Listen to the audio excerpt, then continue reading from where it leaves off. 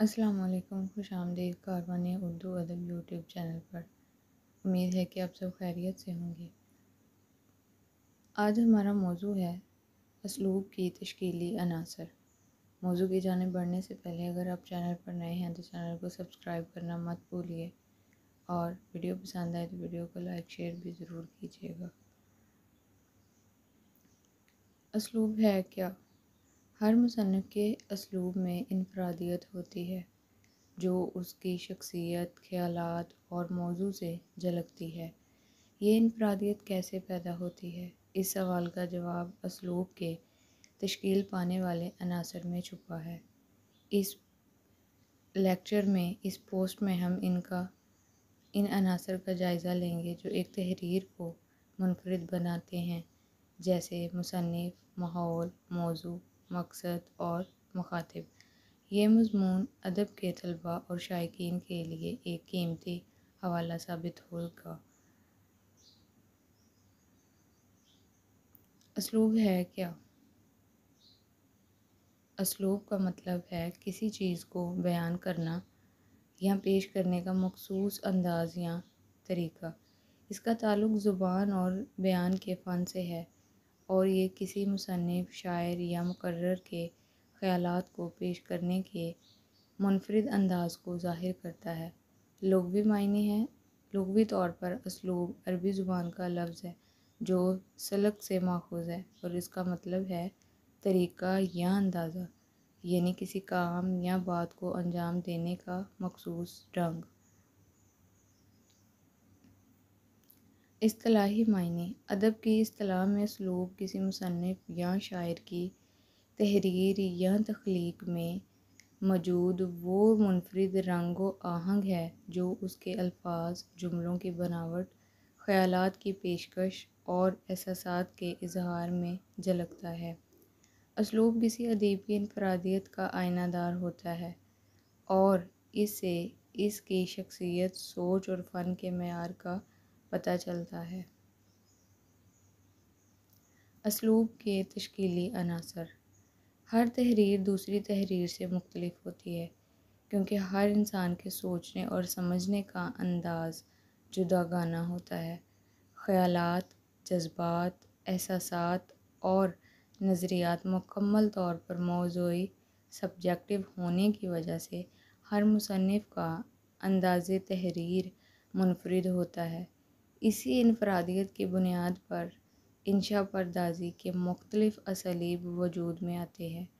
Doctor منظر عباس کے مطابق اسلوب کی تشکیل میں درج ذیل 5 عناصر بنیادی کردار ادا کرتے ہیں، جس میں مصنف، ماحول، موضوع، مقصد اور مخاطب۔ سب سے پہلے اب ہم دیکھیں گے کہ مصنف۔ ہر تحریر کے پیچھے مصنف کی علمی، ادبی اور تخلیقی شخصیت کا گہرا عمل دخل ہوتا ہے۔ مصنف کے خیالات، جذبات، احساسات اور نظریات اس کے اسلوب کو منفرد بناتے ہیں۔ مصنف کی علمی استعداد، ادبی ذوق اور ادب کے بارے میں اس کا نقطۂ نظر اسلوب کی تشکیل میں بنیادی کردار ادا کرتا ہے۔ مثلاً، کیا مصنف روایت کا اسیر ہے یا تجربے کو پسند کرتا ہے؟ کیا وہ موضوع کا واضح تصور رکھتا ہے؟ ان تمام سوالات کے جوابات اسلوب کی ساخت پر اثر انداز ہوتے ہیں۔ مصنف کی انفرادیت اور تخلیقی صلاحیتیں ان کی تحریر کو نمایاں کرتی ہیں۔ ان کی شخصیت اور نقطۂ نظر اسلوب کی صورت میں جھلکتے ہیں۔ مثلاً، سعادت حسن منٹو کا مخصوص سماجی زاویہ نگاہ، یا علامہ اقبال کی تحریر میں تاریخی ہندی، عربی اور فارسی حوالہ جات میں مابین مطلبی کیفیت پیدا کرتے ہیں۔ اس طرح مزاح نگار جیسے سید ضمیر جعفری، مشتاق احمد یوسفی کا منفرد اسلوب ان کے مخصوص طرز تحریر کا عکاس ہے۔ ماحول: مصنف کے اسلوب پر اس کے عہد کا سیاسی، سماجی اور ادبی ماحول گہرا اثر ڈالتا ہے۔ کسی بھی مصنف کی تخلیق اس زمانے کے ادبی ذوق کی عکاسی کرتی ہے جس میں وہ رہتا ہے۔ ماحول مصنف کی زبان، لہجے، رہن سہن، عادات و اطوار اور معاشرتی رویوں کو متعین کرتا ہے۔ مثلاً دکن، دہلی، لکھنؤ اور لاہور کے ادبی اسالیب میں واضح فرق پایا جاتا ہے، جو ان کے ماحول کی مختلف خصوصیات کی وجہ سے ہے۔ مصنف لاکھ انفرادیت کا حامل ہو، لیکن وہ اپنے عہد کے ادبی ذوق کو کلیتاً نظر انداز نہیں کر سکتا، ورنہ اس کی مقبولیت محدود ہو جائے گی۔ اسلوب کی تشکیل میں ماحول کی اہمیت اس وقت اور بھی بڑھ جاتی ہے جب مصنف کسی خاص طبقے یا علاقے کے مخصوص لہجے یا الفاظ کا استعمال کرتا ہے۔ موضوع: ہر موضوع اپنے لیے ایک جداگانہ اسلوب کا متقاضی ہوتا ہے۔ مثلاً علمی، ادبی، افسانوی، صحافتی یا تدریسی موضوعات کے لیے مختلف انداز تحریر درکار ہوتے ہیں۔ اگر فلسفے اور سائنس کے مسئلے کو بیگماتی زبان میں بیان کیا جائے تو وہ مذاق خیز معلوم ہوں گے، اور اگر اخباری طرز تحریر میں خالص علمی زبان استعمال کی جائے تو مقبولیت کا دائرہ محدود ہو جائے گا۔ موضوع کی نوعیت مصنف کے اسلوب پر اثر انداز ہوتی ہے۔ مصنف کا اسلوب اس وقت تک مؤثر نہیں ہوتا جب تک وہ موضوع کی مناسبت سے زبان اور طرز بیان کا انتخاب نہ کرے۔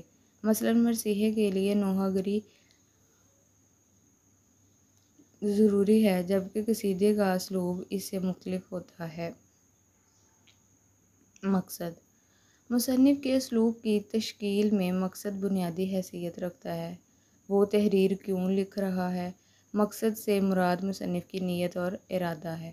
اگر وہ کسی نظریے کی ترویج کرنا چاہتا ہے یا کسی مسئلے پر روشنی ڈالنا چاہتا ہے تو اس کا اسلوب کے مقصد کے مطابق ہونا چاہیے۔ مصنف کا نقطۂ نظر اور مزاج بھی اس کے مقصد کو نمایاں کرنے میں مددگار ثابت ہوتا ہے۔ حقیقت پسند مصنف کی تحریر حقیقت پسندی کی عکاسی کرے گی، جبکہ رومانوی مزاج رکھنے والے مصنف کا اسلوب رومانویت سے بھرپور ہوگا۔ اسی طرح مزاحیہ طبیعت رکھنے والے مصنف کے الفاظ میں شگفتگی کا عنصر نمایاں پایا جائے گا۔ مخاطب: مصنف کے اسلوب کو متعین کرنے میں مخاطب کی اہمیت بھی نمایاں ہے۔ مصنف کس سے مخاطب ہے، یہ سوال اسلوب کی بنیاد کو تشکیل دیتا ہے۔ بچوں کے لیے لکھی گئی طرز تحریر کا اسلوب بالغوں کے لیے لکھی گئی طرز تحریر سے مختلف ہوگا۔ مصنف کو مخاطب کی ذہنی سطح، ذوق اور ضروریات کو مد نظر رکھتے ہوئے زبان، الفاظ اور طرز بیان کا انتخاب کرنا ہوتا ہے۔ اگر مخاطب کو پیچیدہ علمی زبان سمجھ نہیں آتی تو وہ اس تحریر کو پسند نہیں کرے گا۔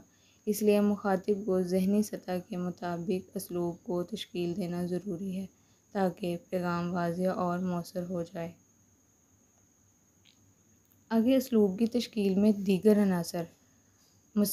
صنف اور اسلوب کا تعلق۔ مرثیے کا اسلوب مرثیے سے قصیدے سے یکسر مختلف ہوگا۔ مرثیہ غم و نوحہ گری کی صنف ہے، اس میں ہزیانہ جذبات کی عکاسی ضروری ہے۔ مصنف چاہے کتنی ہی کوشش کر لے کہ وہ مرثیے کو قصیدے کی شان و شوکت اور مداح رنگ میں نہیں ڈال سکتا۔ اسی طرح قصیدہ جو کہ مداح سراہی یا تعریف اور توصیف کی صنف ہے، اس کا انداز بیان مرثیے کی دردمندی سے الگ ہوگا۔ مثال کے طور پر مرثیے میں گہرے جذبات، نوحہ گری اور ہزیانہ الفاظ اور تراکیب کا استعمال ہوتا ہے، جیسے میر انیس یا مرزا دبیر کے مرثیے۔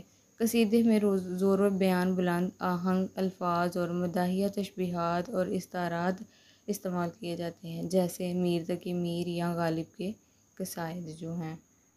اسلوب اور زبان اور اسلوب کی تشکیل۔ اسلوب کو متعین کرنے میں زبان کے مخصوص انتخاب کا بھی کردار ہوتا ہے۔ ہر مصنف اپنی تحریر میں الفاظ، تشبیہات، استعارے اور تراکیب کے چناؤ میں انفرادیت رکھتا ہے۔ کچھ مصنفین زبان کی شگفتگی اور تازگی کو ترجیح دیتے ہیں، جس سے ان کی تحریر میں روانی بے ساختگی آتی ہے، جبکہ کچھ مصنفین بلند پایہ الفاظ، دقیق تراکیب اور پیچیدہ جملوں کا استعمال کرتے ہیں، جس سے ان کی تحریر کو ایک مخصوص علمی اور فلسفانہ رنگ ملتا ہے۔ تشبیہات اور استعارات کی اہمیت۔ تشبیہات اور استعارات مصنف کے خیالات کو گہرائی اور وسعت دینے کے لیے استعمال ہوتے ہیں۔ ہر مصنف ان کو اپنے ذوق اور ترجیحات کے مطابق استعمال کرتا ہے، جو اس کے اسلوب کو منفرد بناتے ہیں۔ تشبیہات اور استعارات مصنف کے خیالات کو گہرائی اور وسعت دینے کے لیے استعمال ہوتے ہیں۔ ہر مصنف ان کو اپنے ذوق اور ترجیحات کے مطابق استعمال کرتا ہے، جو اس کے اسلوب کو اور منفرد بنا دیتا ہے۔ تو یہی تھا آج کا لیکچر۔ اگر آپ کو آج کا لیکچر پسند آیا ہو تو ویڈیو کو لائک، شیئر اور چینل کو سبسکرائب کرنا مت بھولیے گا۔ نیکسٹ ویڈیو تک کے لیے خدا حافظ۔